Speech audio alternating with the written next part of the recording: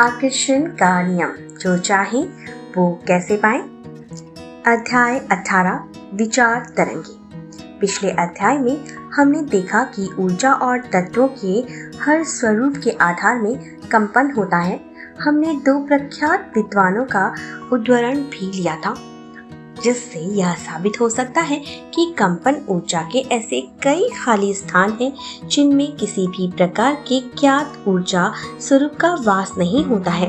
अर्थात चूंकि प्राकृतिक क्रियाओं में रिक्त स्थान नहीं हो सकते, अतः इन स्थानों में ऊर्जा का कोई न कोई स्वरूप जरूर है, जिसे अभी तक विज्ञान दर्ज नहीं कर सका है। दुनिया के तमाम काल और क्षेत्रों के तांत्रिक और नवीन मनोवैज्ञानिकों के अनुसार हमारा मन ऊर्जा का एक ऐसा प्रचंड कंपन उत्पन्न करता है जो उसके प्रभाव क्षेत्रों में आने वाले हर मस्तिष्क तक प्रेषित होता है। मानसिक प्रभाव के हर विद्यार्थी ने विद्युत एवं चुंबक ऊर्जा के प्रकटीकरण और एक मस्तिष्क से दूसरे मन मस्तिष्क पर प्रभाव के बीच की समानता को जरूर महसूस किया होगा। यह समानता इतनी अंतरंग है कि आप विद्युत और चुंबकीय क्रियाओं के सिद्ध तथ्यों को ध्यान में रखकर मानसिक प्रभावों के कार्यकलापों को सिद्ध करने का भरोसा कर सकते हैं। और यही मान्यता मानसिक अध्ययनकर्ताओं को प्रेरित करती है कि वे विभिन्न प्रक्रियाओं को आपस में जोड़कर व्यावहारिक मानसिक प्रभावों के सिद्धांत की स्थापना कर सके। सर्वप्रथम यह तो स्थापित सत्य है, जिसे अन्वेषकों ने भी माना है, कि विचारों की संतति और मानसिक अवस्था का प्रकटीकरण मस्तिष्क के अंदर के तत्वों को प्रज्वलित करता है, जिससे बेहद उच्च वेग के कंपन वाली ऊर्जा का सृजन होता है। इस बात को वैज्ञानिक भी मानते हैं और इसका विवरण पाठ्य पुस्तकों में भी मिलता है। वैज्ञानिक प्रयोगों में इस बात की पुष्टि की है कि अनुभूति और विचारों की गहनता के आधार पर मस्तिष्क का तापमान बढ़ता है, जिससे निस्संदेह मस्तिष्क के तत्वों की खपत होती है और ऊर्जा का सृजन होता है। यह प्रक्रिया विद्युत ऊर्जा के सृजन की ही तरह है। जब इस बात पर स्वीकृति हो गई है, तब भी यह मानना पड़ेगा कि ऊर्जा निर्मुक्त हो जाया करती है, तब मस्तिष्क इसे प्रेषित करता है। ठीक उसी प्रकार से जैसे ऊर्जा के दूसरे स्वरूप का उद्भाव होता है, यानी कंपन बल के तरंगों के रूप में। प्रकाश, ताप, विद्युत, चुंबकीय ऊर्जा और रेडियो एक्टिव तरंग भी इसी तरह से आगे बढ़ते हैं। मानसिक प्रभावों के अन्वेषक प्रयोगों के विचार, अधिष्ठापन और विद्युत एवं चुंबकीय तरंगों के समान प्रकटीकरण की पुष्टि करते हैं। विख्यात फ्रांसीसी वैज्ञानिक फिल मोरियन ने इस विषय पर कहा है कि पूर्ववर्ती अवलोकनों के प्रकाश में हम यह मान सकते हैं कि एक मस्तिष्क बिना शब्द या किसी प्रकट संप्रेषण से दूर बैठे किसी दूसरे मस्तिष्क पर प्रभाव डाल सकता है।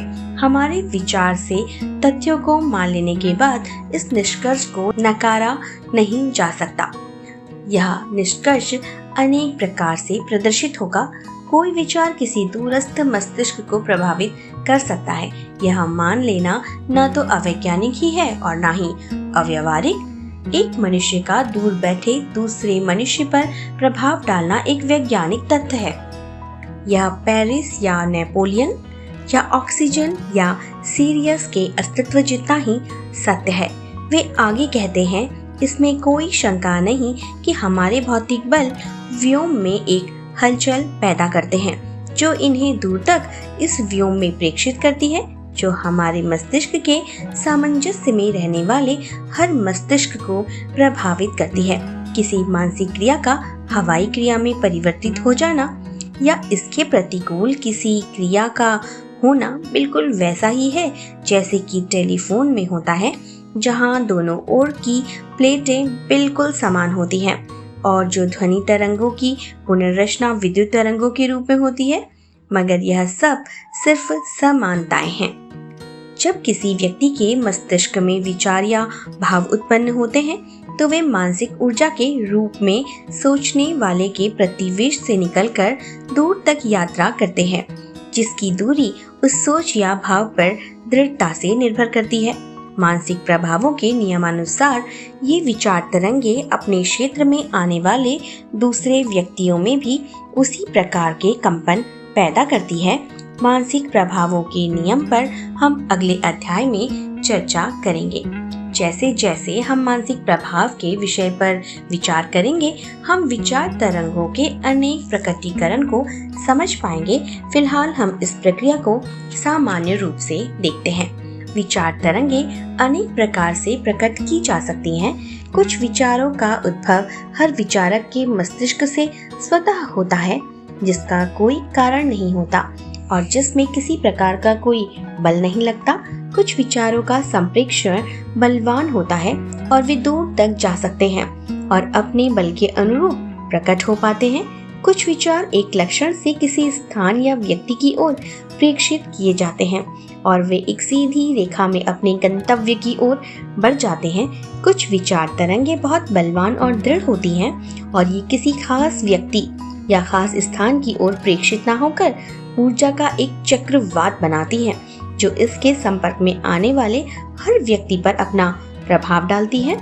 आप यह आसानी से समझ सकते हैं कि जो विचार तरंगे स्वतः बगैर विचारक के नियम की जानकारी के प्रेषित होती हैं और जो विचार तरंगे प्रेषक नियमों की पूरी जानकारी के साथ प्रेषित होती हैं, उन दोनों में बहुत अंतर होता है।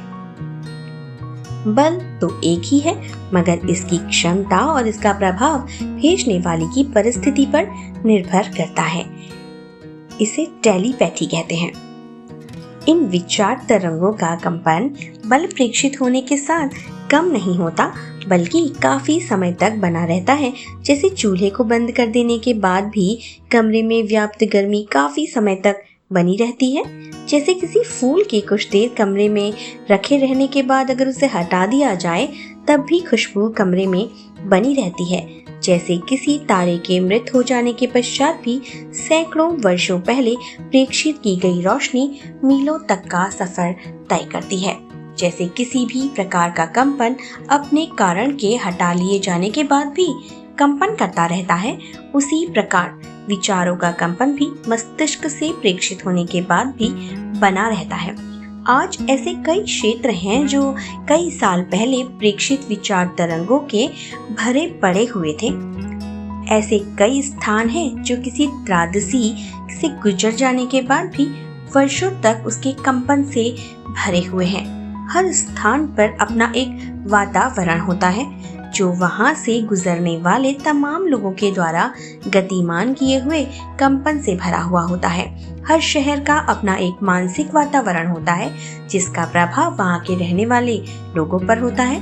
कुछ जीवंत होते हैं, कुछ सुस्त होते हैं, कुछ प्रगतिशील होते हैं, कुछ पुराने ख्यालों वाले होते हैं, कुछ सदाचारी होते हैं और कुछ दुराचारी होते हैं। ये सभी गुण वहां पर रहने वाले लोगों के प्रबल भाव से निर्धारित होते हैं। यह वातावरण वहां रहने वाले लोगों पर भी प्रभाव डालता है। कभी वह एक सामान्य स्तर पर सीमित रहता है और कभी जब वे भाव बहुत दृढ़ हो जाते हैं तो व्यक्ति के मनोभाव भी बदल जाते हैं। कभी कभी परिस्थितियां ऐसी हो जाती हैं कि जो किसी शहर में आगंतुकों की बाढ़ ले आया करती है और उन नव आगंतुकों की मानसिक तरंगे वहां पर व्याप्त मानसिक वातावरण को काफी हद तक प्रभावित कर सकती हैं। यह तथ्य कई समीक्षकों ने महसूस किया है, जिसे शायद इस प्रक्रिया के आधारभूत नियम का ज्ञान भी नहीं था।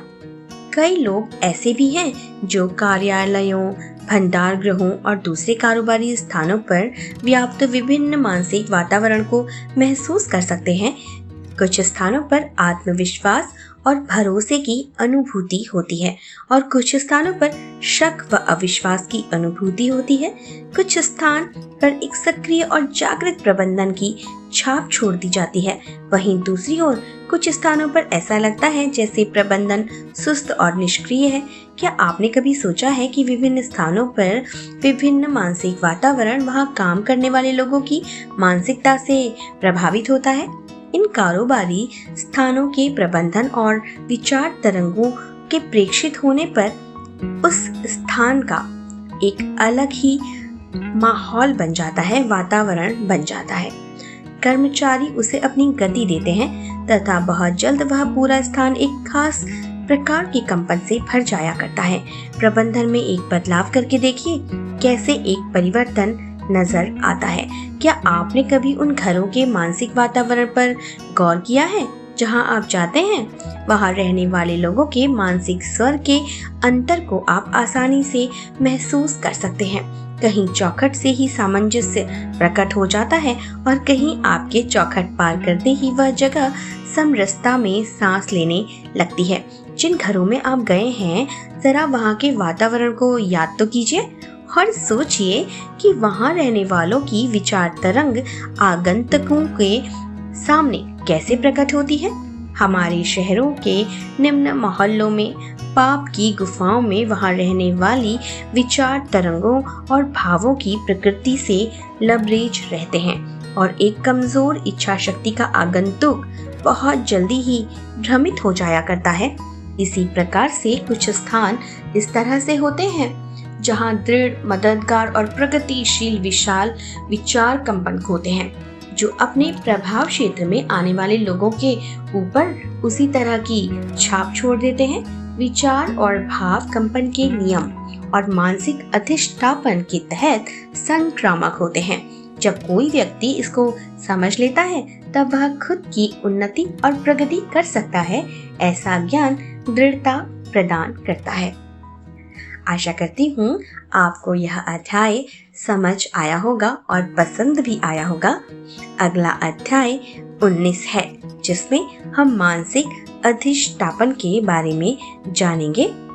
अगले अध्याय में जल्दी ही आपसे मिलती हूँ। तब तक के लिए मुझे विदा दीजिए।